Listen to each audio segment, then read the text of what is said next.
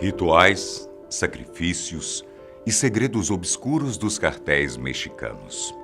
Tudo isso dentro de uma história real sobre o culto dos traficantes satanistas. Deixe o seu like e se inscreva no canal, ative também o sininho, ou sua alma poderá ser a próxima deste sacrifício. Eu sou Antônio Bocco e você é bem-vindo ao canal Fatos Desconhecidos.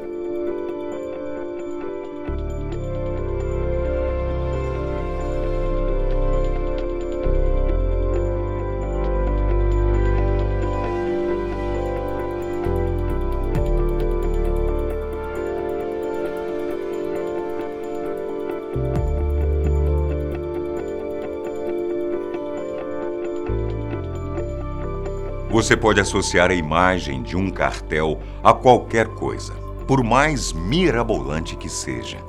Mas acredito que não há cultos satânicos, não é mesmo?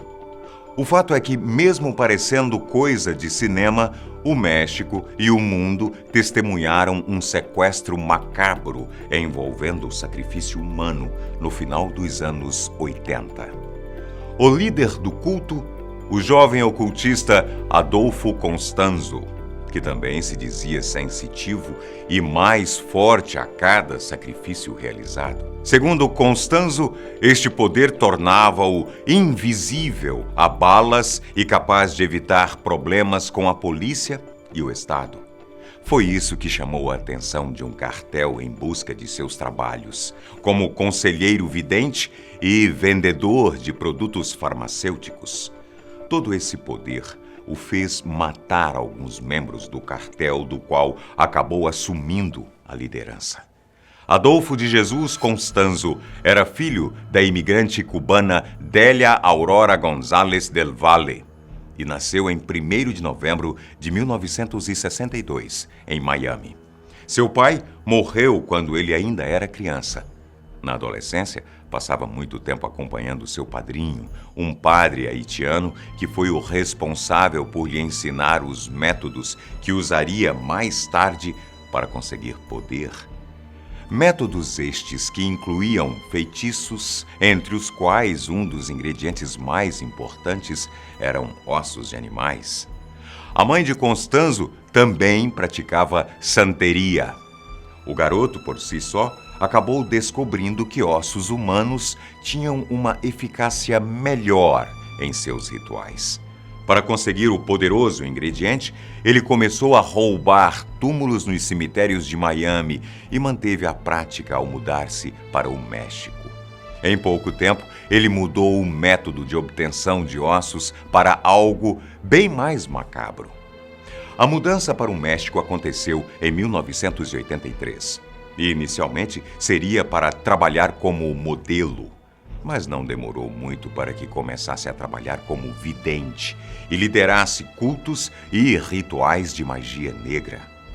A mãe de Constanzo acreditava que o filho tinha um dom especial desde pequeno e ele passou a acreditar em suas habilidades psíquicas depois de ter, supostamente, previsto a tentativa de assassinato do ex-presidente americano Ronald Reagan.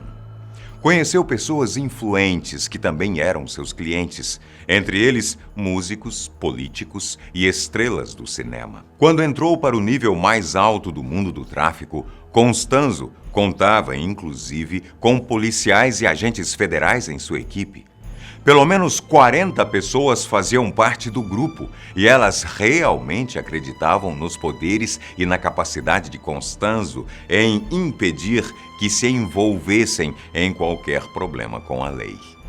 Boa parte dessas pessoas contribuíram com as investigações quando seus crimes foram descobertos e prestaram depoimentos honestos à polícia, contando tudo o que acontecia nos rituais de sacrifício, confessando o próprio envolvimento na crença de El Padrino, Constanzo, que acreditaram ser capaz de mantê-los seguros usando seus poderes mágicos. Muitos dos membros do culto usavam como acessório adornos feitos de ossos humanos, o que levou as autoridades a descobrir o que acontecia nos cultos de Constanzo foi o desaparecimento de Mark Kilroy.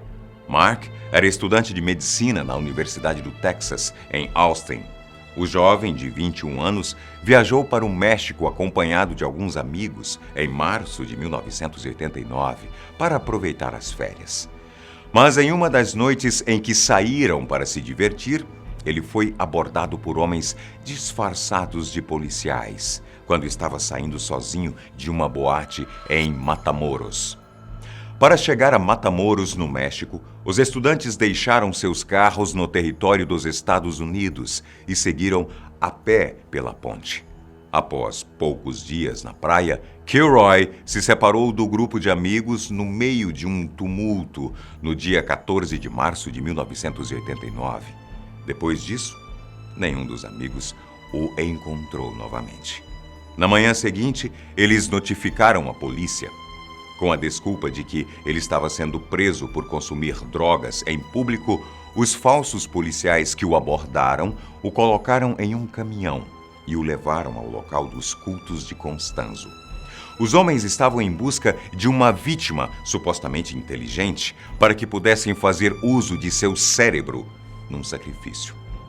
Alguns dias depois da denúncia dos amigos, um membro de uma gangue de traficantes, Serafim Hernández, levou os policiais até uma fazenda onde, segundo ele, aconteciam vários crimes.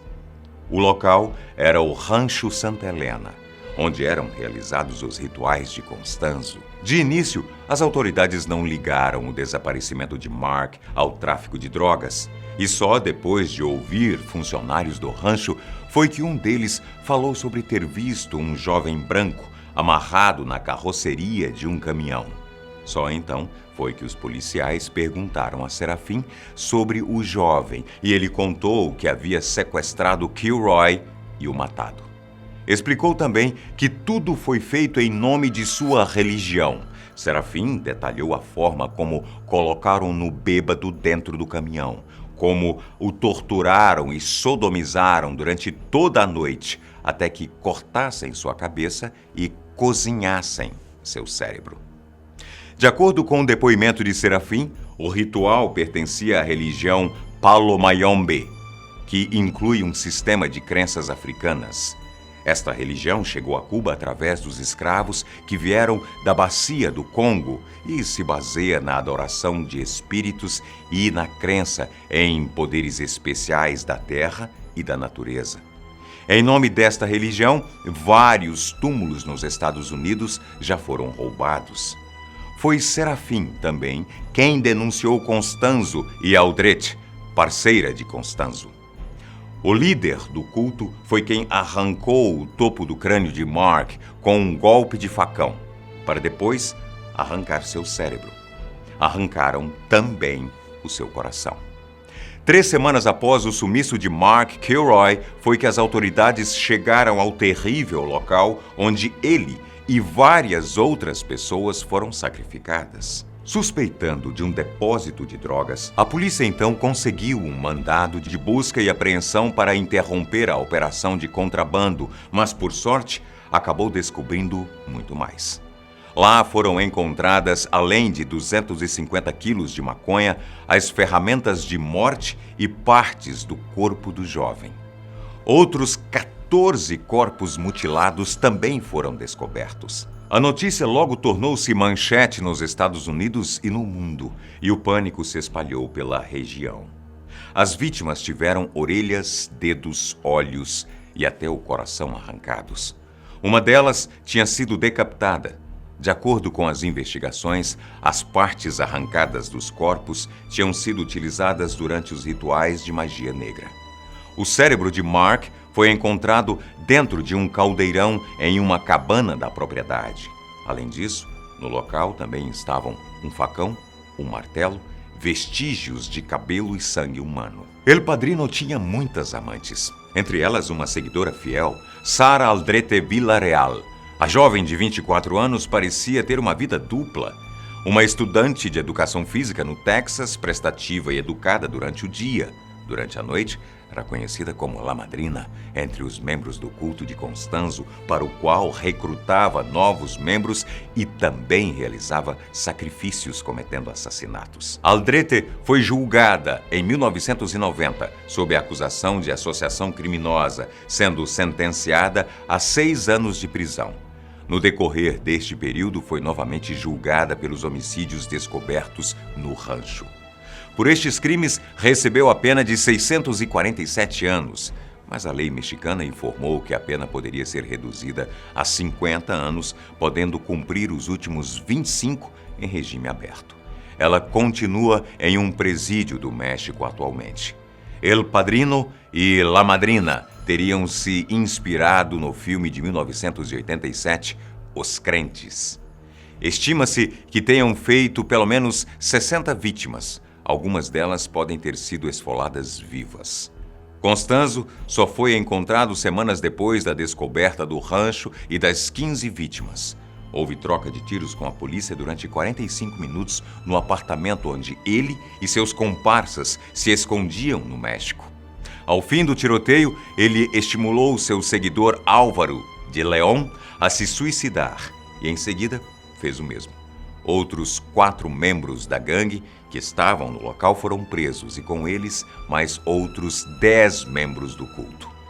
Como toda história real que envolve crimes de crueldade extrema, a de Constanzo e seus seguidores também foi transformada em filmes como Perdita Durango, de 1997, que se baseou na vida do casal Constanzo e Aldrete.